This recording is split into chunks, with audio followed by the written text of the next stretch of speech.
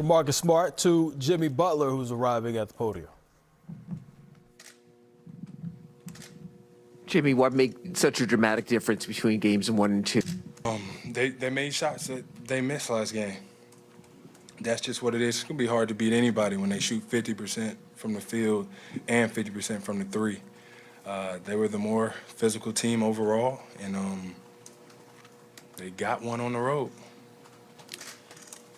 Jimmy, obviously in your playoff career, you've been through wins and losses of all kinds. A game like this, the guys, Gabe and Bam just said, it's one.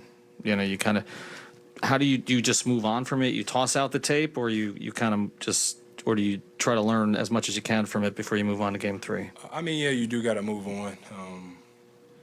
I don't like to move on from this because it has to hurt.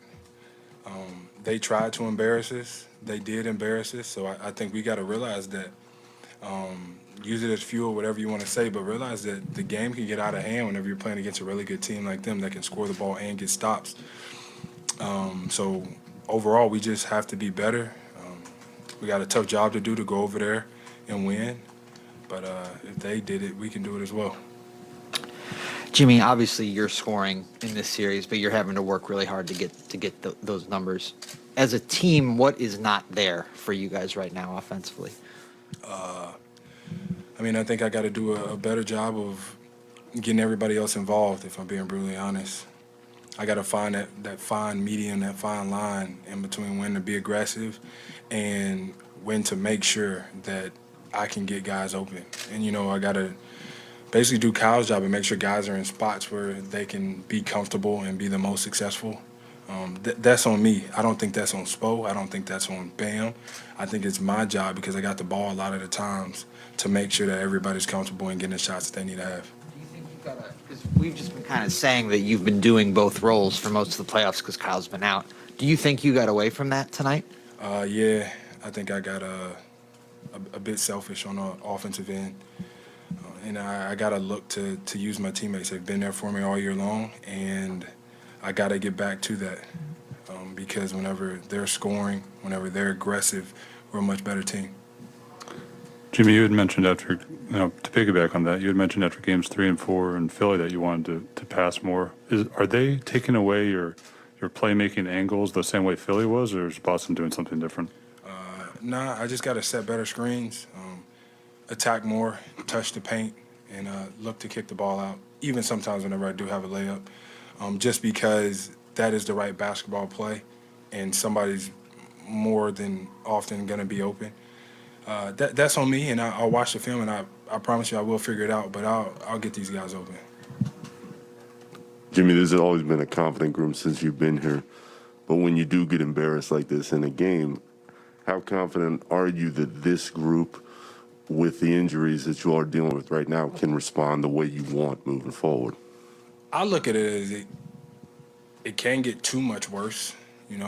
They whipped our tail on our home floor. I guess if they do it on their home floor, it's supposed to happen, but I don't see us doing that again. The first half has been brutal for us in both of these games.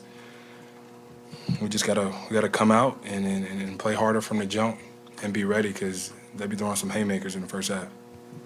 Obviously, they shot lights out, but were there times tonight where your defense as a group bothered you in terms of giving Boston too much airspace on threes and other shots? Yeah, they got to the free throw line.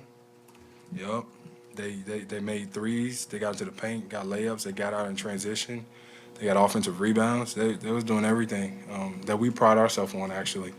But that's what you get whenever you're playing against a really good team. They've been playing that way for a very long time. So I think overall, we've seen it before. We damn sure saw it tonight. So if we don't want it to happen again, we better fix it. Hey, Jimmy, so tonight the Celtics with Horford and Smart back on the floor were switching a lot more than they did in Game 1. Was that something that you think disrupted you guys' offense, or was it more about not getting enough consistent stops on defense? For sure, all about stops. How many times we shoot the ball? Shot the ball more than they did. We just didn't make shots. It's part of the game, but we damn sure didn't guard anybody. And when we don't do that, that's a trend all year long.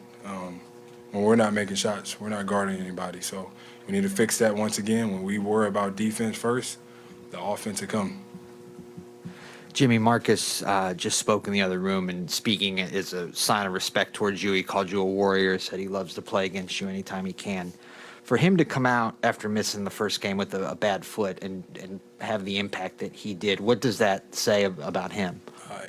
Look, he's key to what they do over there on both sides of the floor, actually, and for sure when he's making shots. But as a defensive player of the year, night in, night out, taking that matchup and being able to play on both sides of the ball, that's crucial for them. He was a big part of them winning this game tonight, along with Al Horford. Obviously, JT and JB do what they do, but they came out and wheeled that organization, that team to a dub. So you got to respect him and what he does. Did you get a chance to talk to PJ, and are you worried he might be out for a little bit? I did. I think he'll be all right. You know, Marcus said, I'm a warrior, so is he. So, you know, if he's not ready to go, though, everybody else has to be ready to go. And those are some even bigger shoes to have to fill because he does it on the defensive end. We're capable of it, though. All right, Jimmy, thank you.